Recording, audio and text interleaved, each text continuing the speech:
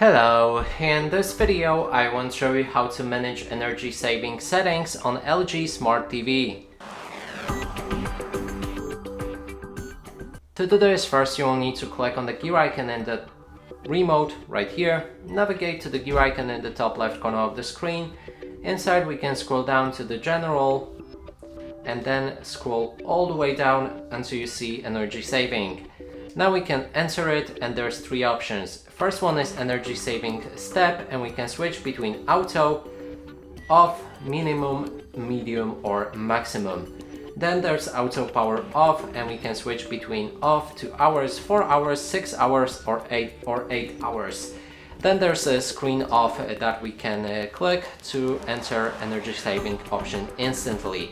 And that's it for this video. Hope you like it. Please consider subscribing to our channel, leave a like and a comment below.